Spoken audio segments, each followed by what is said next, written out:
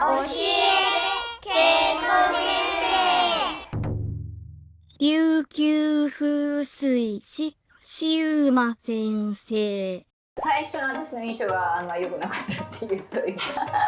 そうだ、ずっと眠そうな人がいるって話した時だ。まさかこの能力者になるとは。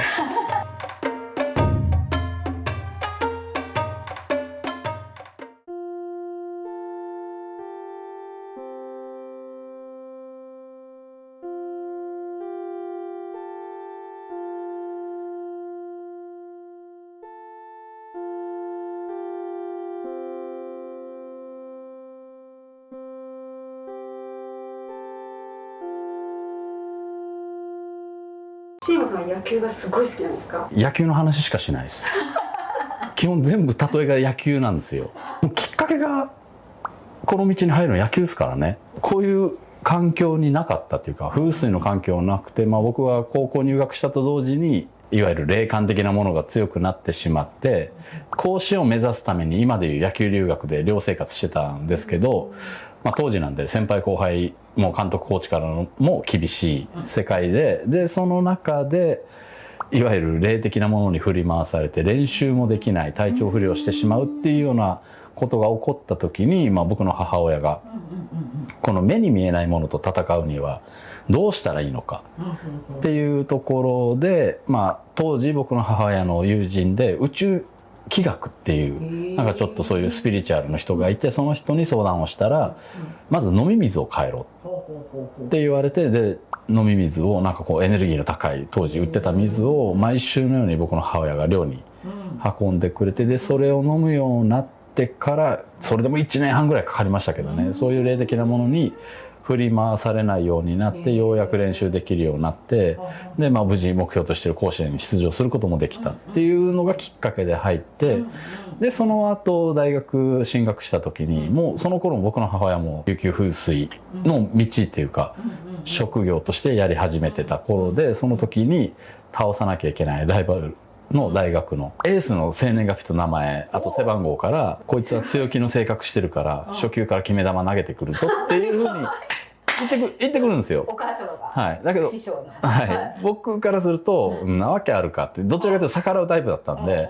で、バッターボックス入ると投げてくるんですよ。初球から、いわゆる決め球っていう。で、技術的なことは僕分かってるんで、あれおかしいぞっていう風になって、で、そこから母親に言われた通りに、まず従うと成績良かったり、チーム勝ったりで、逆に逆らうと成績が悪かったり、チーム勝たなかったりで、一応やっぱ試すんで、丸々1年っていうか2年それをやってみて、これ一回聞いた方がいいなと思って、で、3年になる頃に聞いた、その時のリーグ戦で4割打って盗塁を取ってとかっていうぐらいの成績残して、そこがきっかけになるんですよ。この道に入っていくっていう。ここには何かあるなっていう。もちろん野球自体が統計の世界だったんで、まさか今でさえこの道になんでいるんだろうっていうぐらい、なんで俺ここにいるんだろう、野球の道に進もうとしたのにっていうのがあるんですけど、で、先ほど言ってた先祖の話をしたと思うんですけど、僕は大学卒業して社会人野球に進もうとするんですけど、その道進もうとすると全部アウトなんですよ。テス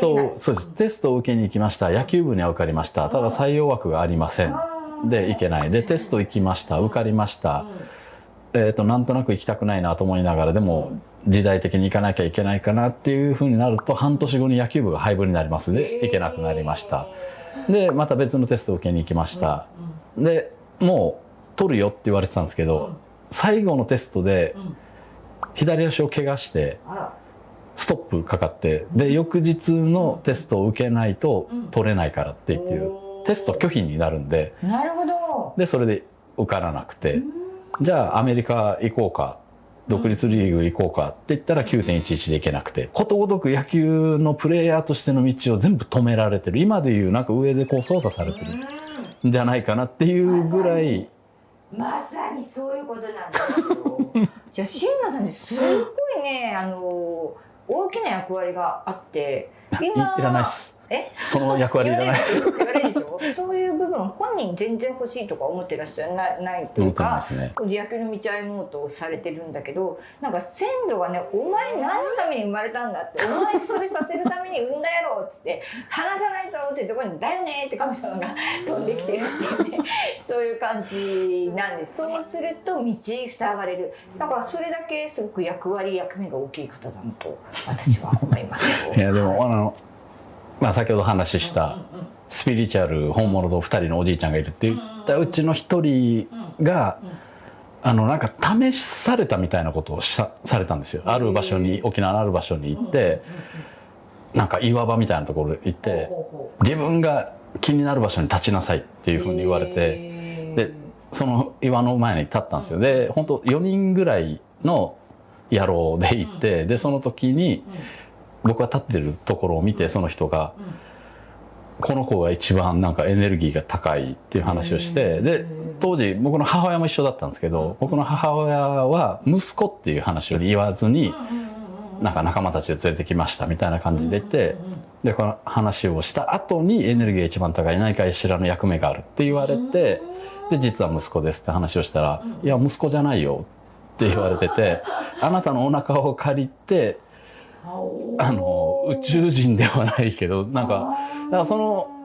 人からは会いに行くたんびに「おウルトラマン来たな」っていう表現をずっとされるんですけど、ウルトラマンってどういうことっていう。ウルトラマンじゃないの3分で消えないよっていうところだけど本当にねウルトラマンみたいな感じなんですけどね、まあ、その方本当にオーソリティと思うので、私がどうのこうの言うのはむしろ失礼なんですけど素晴らしい能力者で宇宙と当店ポールみたいにつながっている。でもそれを受け止められる力がある。さらに先祖がバックアップするってことはそれだけね情報の質が高くって大きくって、そしてそれを優しくソフトに言うのもそれもなんか慎吾さんの特分なんですよね。すっごい特分が高いというかね、なんかすごい優しさから多くの人の貢献サポートをしてるんですよね。でもその辺全然一切見せてないんで、私が今宣伝隊長のようなんですけどエネルギー的にそういう方なので。もともと琉球風水って政府ですもん。ああそうでしょう。政治のために使ってるんで、琉球風水師を作るためにいわゆる王族というか王が国が、風水を中国に学びに行けって言って国費で派遣してるんですよ。で派遣してそこで風水術っていうか風水を基本中国から学んで持ち帰ったんですけど、大陸の形がそもそも違うんで。まあ、琉球って北東と南西に細長い島で、中国はもう大陸あるんで8方位全部バランス取ることができるんですエネルギーだけど、それをそのまま持ち帰った時に全然通用しないんで独自に進化していったっていうのが琉球風水術になるんで、もともと地理学なんで理科で習う地理史なので、その土地の状況環境を踏まえた上で国づくり町づくりっていうのをやってきたのが琉球風水史で、だからなので基本的には政治ごとなんですよ。ルーツ調べていく間にあれうちら王族じゃないっていうこととかも出てきたりとかするんで。なるほど。国を作る守るために国王がいて、その脇をそういった、風水師なり気候の大きなりつながる人によって固めていって、それできちんと正しい政治をやってきた国家だっていうのが基本琉球王国で、争いなくいろんな国と貿易をしていって盛んにっていうか一つの国として成り立ってたのが琉球風水なんで、琉球風水は琉球王国なんで、それをなんか後ろではないですけどサポートしてたのが一応三士官っていう肩書きに変わってるんですけど、その三士官っていうところに僕らのルーツがあるみたいです。なるほど。はい、まとめ、シウマ先生は風水と野球の二刀流。